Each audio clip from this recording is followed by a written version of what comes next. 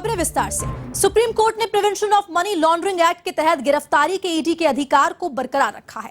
आपको बता दें कि कोर्ट ने कहा कि ईडी की गिरफ्तारी की प्रक्रिया मनमानी नहीं है। सुप्रीम कोर्ट ने पीएमएलए के कई प्रावधानों की संवैधानिकता को चुनौती देने वाली याचिकाओं पर सुनवाई करते हुए यह फैसला सुनाया। हालांकि कोर्ट ने कानून में फाइनेंस बिल के जरिए किए गए बदलाव के मामले को 7 जजों की बेंच में भेज दिया है। सुप्रीम कोर्ट ने अपने फैसले में ईडी के जांच, गिरफ्तारी और संपत्ति को अटैच करने के अधिकार को बरकरार रखा है।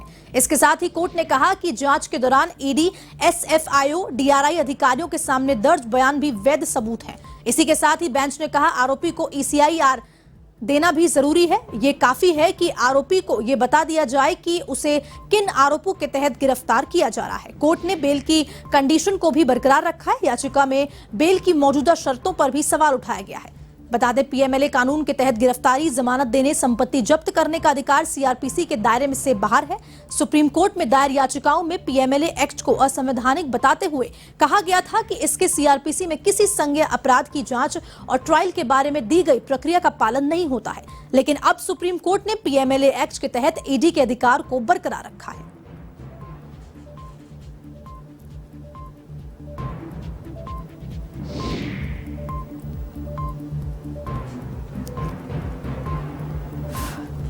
पीएमएलए पर लगी 242 याचिका सुप्रीम कोर्ट की मोहर। ईडी के गिरफ्तारी के अधिकार को बरकरार रखा गया है।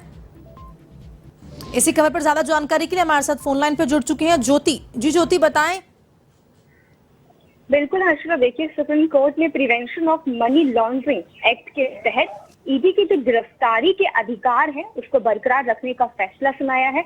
और कोर्ट ने ये भी कहा है कि ईडी की गिरफ्तारी की जो प्रक्रिया है वो मनमानी नहीं है। और कोर्ट ने ये जो पीएमएलए के प्रावधानों को चुनौती देने वाली याचिका को लेकर ये बहुत ही बड़ा फैसला सुनाया है। इसे देखिए कहीं न सिर्फ कांग्रेस को बल्कि विपक्षी पार्टियों को भी एक बहुत बड़ा झटका लगा है। और सुप्रीम कोर्ट ने कहा कि प्रवर्तन मामले की जो सूचना रिपोर्ट है ये एक आंतरिक दस्तावेज है और आरोपी को ईसीआर की कॉपी देना अनिवार्य नहीं है। गिरफ्तारी के दौरान आरोपी को केवल ये बताना काफी होता है कि उसे किन आरोपों के तहत गिरफ्तार किया जा रहा है। और वहीं देखिए कांग्रेस की इस पर जो आधिकारिक तौर पर जो बयान आया है वो कांग्रेस ने जो पूर्व मुख्यमंत्री हरीश रावत, उन्होंने कहा है कि देखिए ये जो सुप्रीम कोर्ट का फैसला आया है, सुप्रीम कोर्ट ने ये सुनाया है कि ईडी जो है वो अपने मन से गिरफ्तारी नहीं कर रही है, लेकिन ईडी का दुरुपयोग हो रहा है। इस पर तो कोई भी टिप्पणी जो है सुप्रीम कोर्ट ने नहीं की है। लेकिन कांग्रेस अभी भी ये मानने को तैयार नहीं है कि ईडी का